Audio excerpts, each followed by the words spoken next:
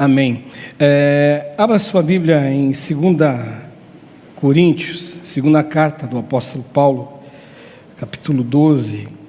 Eu ainda quero continuar falando sobre o tema do negativo, do não, e eu quero ainda usar esse texto. Hoje eu vou ler o 7, o 8 e até o 9, a parte A do texto, quando o apóstolo Paulo ele diz assim: para impedir que eu me exaltasse por causa da grandeza dessas revelações, Paulo teve revelações, foi até o terceiro céu, o paraíso, foi-me dado um espinho na carne, um mensageiro de Satanás para me atormentar. 3 vezes, quantas vezes, gente? 3 vezes, ele rogou, ele não só orou, ele rogou ao Senhor que o tirasse de mim. Mas o Senhor respondeu: a minha graça é suficiente para você, ou a minha graça te basta, pois o meu poder se aperfeiçoa na fraqueza. Amém? O meu poder, ele se aperfeiçoa na fraqueza. Eu coloquei o título da nossa conversa de hoje assim: não é, me ajuda a lembrar, hein, Roberto? Eu sempre esqueço, né? Não é ausência de amor, né? Isso aí, eu sempre esqueço. O título que eu não posso esquecer, eu sempre esqueço. É não, vírgula, não é ausência de amor. E talvez eu poderia até melhorar um pouquinho. Eu falei para o Roberto que ia mudar, esqueci. Não, nem sempre é ausência de amor. E eu não sei, eu começo com 2 perguntas e você não precisa responder, não precisa levantar a mão, não é isso. Eu quero que você pense. Quem de nós que está aqui hoje, você que está aqui nesse culto de oração, você, em alguma vez na sua vida, você já se sentiu abandonado? Sentiu abandonado mesmo. A sensação é de que ninguém se preocupou com você, ninguém cuidou de você. O sentimento era de abandono mesmo. Eu estou sozinho nessa briga, nessa minha luta. E uma outra pergunta: o que fazer quando nós temos esse tipo de sentimento dentro da gente? O que fazer? Como que eu faço? O que eu posso garantir para os irmãos, para vocês que estão aqui, para você que está em casa, que nenhum de nós, eu sempre gosto de usar essa expressão, dentro de uma normalidade, porque tem gente que é maluco, tem gente que, eu já ouvi gente que ora pedindo para Deus luta, me manda luta, me manda aprovação, me manda não sei o quê. Então, para mim, quem faz isso não tem um parafuso faltando, porque sem pedir luta a gente já recebe, imagina pedindo, vai orar para pedir, eu quero luta. Não, eu não quero luta não, mas dentro de uma normalidade, eu posso garantir a vocês que eu acredito que nenhum de nós que estamos aqui, você que está em casa, gostaria de sentir isso, sentir abandono. Mas pelo contrário, o que nós gostamos, o que nós gostaríamos, se possível, sempre é o quê? Nos sentir guardados, nos sentir amparados, nos sentir abraçados, nos sentir amados e daí por diante. Mas, meus irmãos, não é verdade que às vezes o que parece é que a nossa vida acontece exatamente o contrário disso, de tudo isso que a gente deseja? Parece que às vezes a gente tem a sensação de que nós estamos entregues à nossa própria sorte. Parece que nós estamos ali, problema seu, é você. O problema é contigo, é isso que nós sentimos, é isso que nós, pelo menos, temos a sensação. E parece também que em todas as portas que nós batemos, ninguém nos ouve. Todas as portas parecem que elas se fecharam-se todas as portas, todas. E pior ainda, e quando alguém nos ouve, se é que alguém nos ouve, se alguém nos ouve, o que a gente escuta dessa pessoa, muitas vezes, desse alguém, é um grande e um sonoro não tem como eu te atender, não tem como eu te ajudar. E como é difícil lidar com os nãos e os nãos da vida, só os nãos, você vai lidando com os nãos da vida. E quando nós enfrentamos os nãos da vida, sabe qual é a tendência que nós temos? Nós temos uma tendência, nós somos carregados por uma tendência de nós acabarmos abrir a nossa alma e permitir com que a nossa alma ela seja dominada ou ela seja invadida por sentimentos que só nos fazem mal, que apenas nos destroem e que apenas nos roubam. Quando a gente permite, tanto não, e a gente começa então, de repente, se deixar invadir por sentimentos que só nos fazem mal, só nos destroem e só nos roubam. E nos fazem mal, em primeiro lugar, sabe por quê? Porque quando você ouve não, o tempo inteiro, a primeira coisa que você sente é que você não é amado. Ninguém me ama, ninguém me quer, ninguém gosta de mim. E quando você se sente não amado, você começa também a correr o risco de sentir uma outra coisa, sentir-se coitadinho. Aí você se sente o pior do ser humano, você se sente o coitado, você se sente que ninguém quer nada contigo. E por também se sentir um coitado, aí você passa por um outro processo, você desce um nível ainda, você começa a sentir pena de você. E vamos combinar. Se existe uma desgraça maior para o ser humano, independentemente de ser cristão, não ser cristão, ter alguma simpatia com o evangelho, não ter, mas se existe alguma coisa pior para o ser humano é quando ele sente dó dele mesmo. E nos destrói por conta disso que eu já falei. Porque sentir-se o coitadinho, sentir pena de si mesmo, isso destrói a autoestima de qualquer um. Destrói, aniquila a autoestima. E isso também faz com que a gente passe por um processo que é roubado da gente, que é roubado de nós, a capacidade de a gente olhar no espelho da alma e enxergar algum valor em nós. A gente se sente totalmente desvalorizado, a gente não tem valor, é isso que nós pensamos. Enfim, meus irmãos, eu vejo que são tantas coisas ruins que pode habitar uma alma humana por conta dos nãos da vida, muitas coisas ruins, porque eu também acredito que nós, muitas vezes foge de nós a capacidade, a gente começa a não conseguir enxergar as coisas boas e ainda conseguir enxergar uma porta de esperança, quando as coisas da vida ela surge para você e para mim, vestidinha, com uma roupinha, com um vestidinho, com uma calça, escrito assim, não. A luz que pisca é não, eu quero isso, não, Senhor me dá isso, não, eu quero isso, não, tira esse espinho da carne, não. E a situação piora muito, pelo menos na minha parte de compreender, quando a gente descobre que o não é de Deus. O não é de Deus. Aí a situação piora. Agora, olha, presta atenção. Piora não por causa dele, piora por causa da nossa interpretação, do nosso equívoco em analisar. Olha, é uma relação que eu tenho com Deus, por que ele está me dizendo não? Então eu começo a interpretar essa relação totalmente errada. E aí uma pergunta que você precisa responder para você, e eu preciso responder para mim, eu vou fazer como se eu estivesse perguntando para você, mas essa pergunta vale para mim também. Quais sentimentos você vai deixar habitar na tua alma quando você um dia curvar-se diante de Deus em oração, e você pedir algo para Deus em oração, e você ouvir de Deus um não? Como que você vai reagir? Quais pensamentos vão dominar você? O que você vai deixar acontecer dentro de você, dentro da sua alma? É algo muito sério isto, porque enquanto está tudo bem na nossa vida, enquanto as coisas não acontecem nada, enquanto as coisas não acontecem, tudo está indo bem. Agora, quando a gente se angustia, eu acredito que muitos dos senhores e senhoras que estão aqui já se angustiaram um dia por alguma situação, quando você percebeu literalmente que aquela situação não era favorável e era uma situação onde você era totalmente limitado, não tinha o que você poderia fazer era orar, e mesmo assim a sua força para orar parece que ela fugiu, ou se você orou, mas falta fé, como aquele pai que fala assim, eu creio, mas me ajuda na minha incredulidade.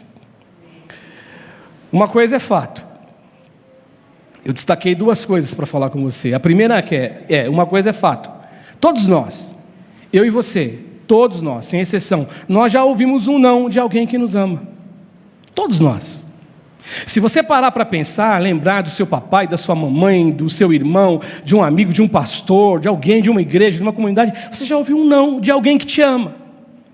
Mas o problema é que quando isso acontece, na hora que isso acontece, eu acredito que a gente encontre muita dificuldade para ter equilíbrio. Nós encontramos dificuldade para encontrar o equilíbrio a fim de que a gente consiga alcançar a compreensão do que está acontecendo com a gente. Porque no fundo, gente, é muito difícil ouvir não. É muito difícil. É muito difícil você ouvir não quando você acha que você precisa daquilo. E a dificuldade de não entender o não se dá pela seguinte razão: porque eu e você, nós não conseguimos conceber e conciliar em nossa mente o fato da gente ser amado por alguém e esse alguém que nos ama dizer não. Ou seja, você fala, se me ama tem que dizer sim. Se me ama, é porque precisa me dar o que eu preciso, o que eu necessito. A gente tem muita dificuldade. E a conclusão que nós tiramos, quando alguém que nós amamos, ou quando alguém que a gente pensava nos amar, ainda que ele nos ama, mas como ele disse não, a gente abortou. A gente chega a uma conclusão: não sou amado por essa pessoa. Mas deixa eu falar uma coisa para você, meu irmão e minha irmã. Amor não é uma caixinha, não é um pacotinho embrulhadinho de presente que alguém dá a você, e quando você abre esse pacote, você só encontra sims, muitos sims. Você pode dar um nome para isso de qualquer coisa, mas não é amor. Não é amor. Eu digo isso pensando nas nossas experiências humanas, principalmente nós que somos pais, mães, no meu caso já avô. É que avô sempre quer dizer sim para o neto, né? Então abre um parênteses aí, avô estraga neto, né? Mas eu digo isso pensando que pais e mães que amam seus filhos de verdade, dizem não a eles. Ainda que muitas vezes o sentimento no coração é de muita dor por ter dito não. Mas eu quero dizer para você, dizer não faz parte da verdade de amar. Dizer não faz parte do jogo de amar. Quem ama diz não também. Agora, se pais imperfeitos e se mães imperfeitas dizem não, quanto mais a Deus. Por que que Deus não teria o direito de dizer não a mim e a você porque Ele nos ama, por nos amar? Por que Deus não nos diria não? Por que não? Ele nos ama. E aliás, Ele é muito melhor do que pais imperfeitos e mães imperfeitas. Agora a grande questão, o grande problema, o grande dilema é como você vai agir. O que nós vamos fazer? Como nós vamos agir com o não de Deus? Quais atitudes nós vamos adotar na vida? E adotar na vida não só para o lado de fora. Eu acho que principalmente eu poderia dizer, não sei se seria certo eu dizer principalmente, mas eu digo principalmente pensando que você pode afetar alguém. Mas se for olhar para o outro lado sem que você afetasse alguém, eu acredito que então principalmente ficaria para o lado de dentro, interno. Qual atitude você vai adotar? Interno e externamente, na vida, com as pessoas com quem você convive, com o seu pai, com a tua mãe, com o teu irmão, com o teu amigo, com o teu colega, com o teu chefe, com o teu pastor, com o teu líder. Qual atitude que você vai adotar? Com você e principalmente, aí eu digo principalmente de boca cheia, com Deus. Nós vamos nos deleitar com o não de Deus? E aí eu vou ser muito bonzinho com você e comigo, ainda que a gente não vá se deleitar com o não de Deus, mas nós vamos aceitar o silêncio de Deus, ou nós vamos fazer como na pregação do Laerte aqui, 15 dias atrás, agir como o nosso amigo Caim, e deixar o nosso coração brotar toda a negatividade, e toda a sorte de mal, e toda a sorte de dificuldade, e toda a sorte de ódio, para a gente dizer e destilar esse ódio contra tudo e contra todos. O que nós vamos fazer? Eu acredito que a verdade é uma só. Viver é saber ou pelo menos nós deveríamos saber que faz parte da vida receber muitos sims, mas faz parte também do negócio receber muitos nãos. E isso vai acontecer o tempo todo na nossa vida. Recebo sim aqui, recebo não ali, recebo sim de novo, recebo não, recebo não, recebo não. Quando eu penso que não, vou receber o sim. Isso faz parte da vida. E principalmente, eu acredito que é o mais importante saber, eu e você, que os nãos da vida, nem sempre eles virão dos nossos inimigos. Porque na cabeça da gente, a gente acha que quem nos diz não é inimigo. Você já viu aquela história de quando o crente novo, jovem, ele vai orar para arrumar uma namorada? Aliás, ele já tem a namorada arrumada, engatilhada, ou vice-versa. Aí ele vai para orar. Eu não sei você, depois você me fala no final, mas eu nunca vi Deus responder um não para esse cara. Nunca vi, pastora Kátia. Sempre Deus fala sim. Aí todo mundo está olhando e está falando, cara, isso não vai dar certo. Mas a pessoa está dizendo, não, Deus me falou, o Espírito Santo me falou. O pastor Edivaldo Daga, que é um amigo que eu tenho, que eu fiz na época do IBEM, ele me contou uma história um dia que uma menina chegou na sala dele do escritório, ele era solteiro ainda, e disse assim para ele, pastor, Deus mandou te falar uma coisa para você, tem um recado de Deus para você. Não, é verdade, eu não estou inventando não, inclusive talvez eu esteja com ele esse mês aqui, encontro com o pastor Edivaldo de novo. Ele disse assim, eu tenho um recado para você, pastor Edivaldo. Ele falou, pois não, minha irmã, pode falar. Deus me falou que você vai ser o meu marido.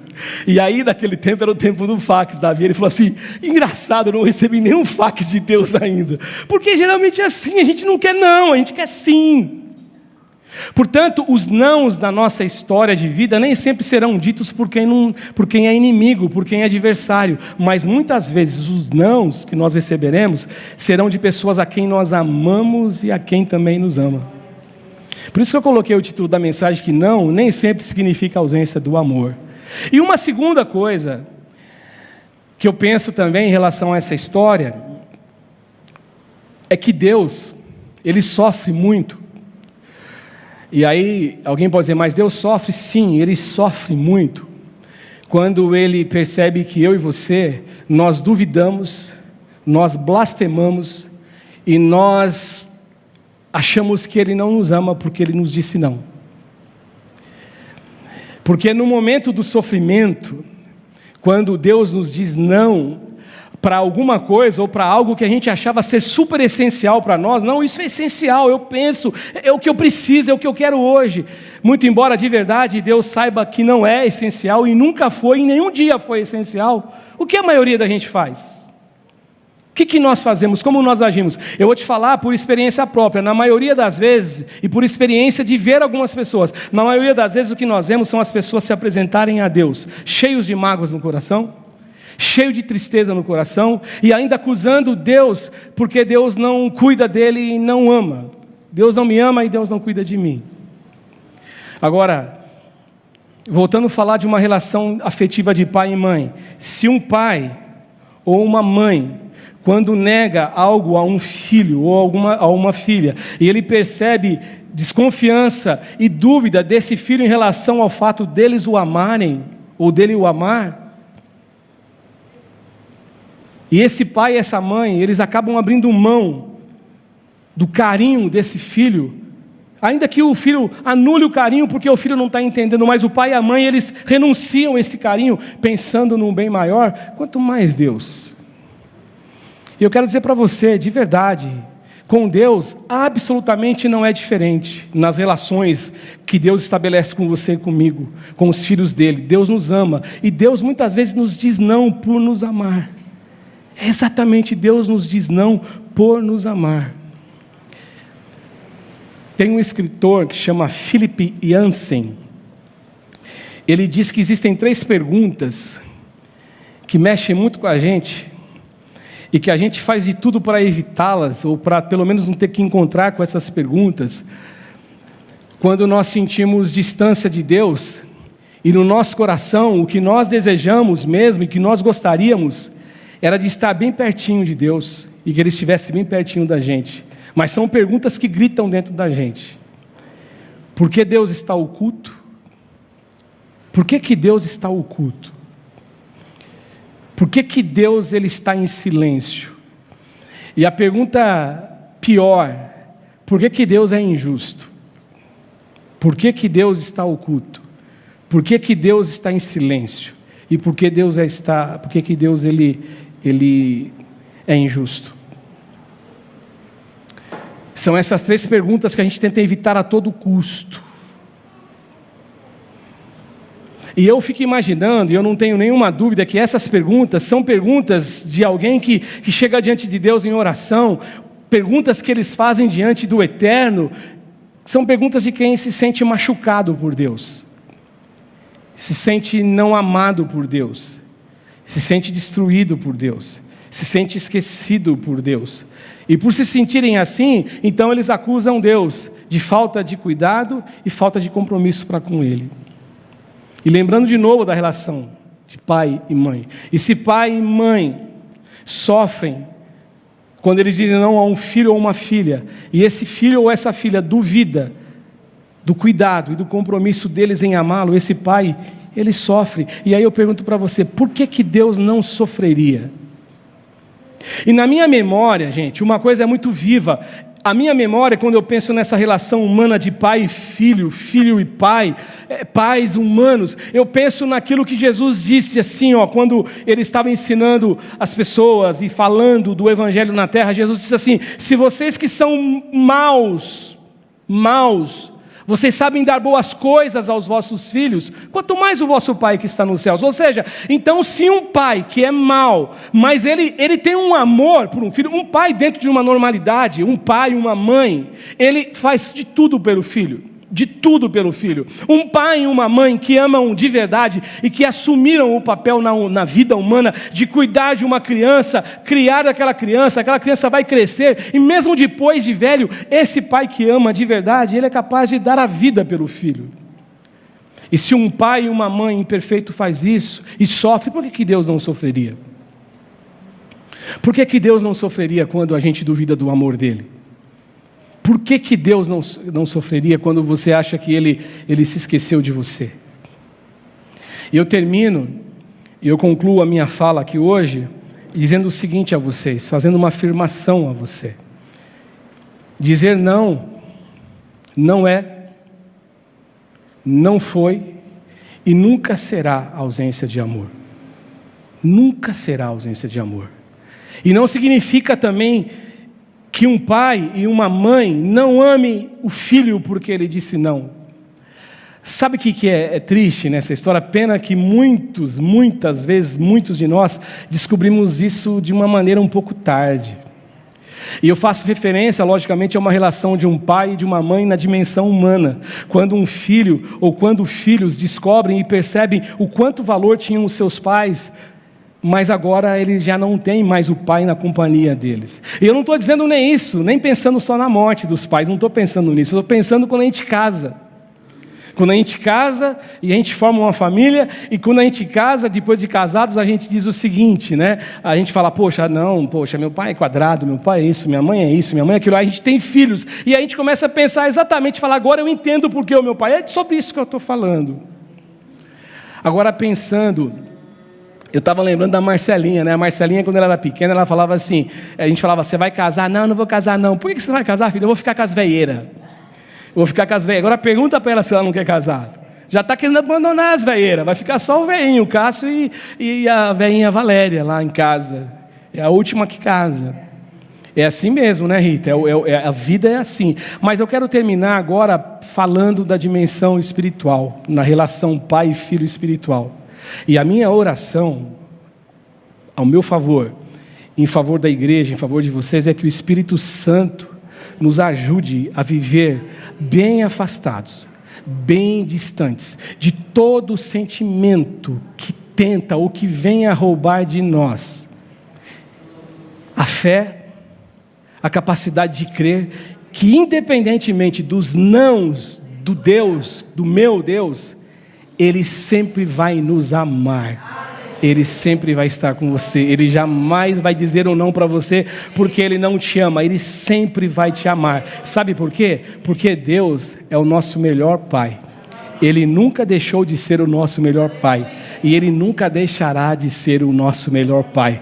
Porque o escritor de Hebreus diz assim que Deus é o mesmo ontem, hoje e eternamente. Amém? Que Deus abençoe você, que Deus abençoe você que está em casa. Vamos ficar de pé. O Silas vai louvar.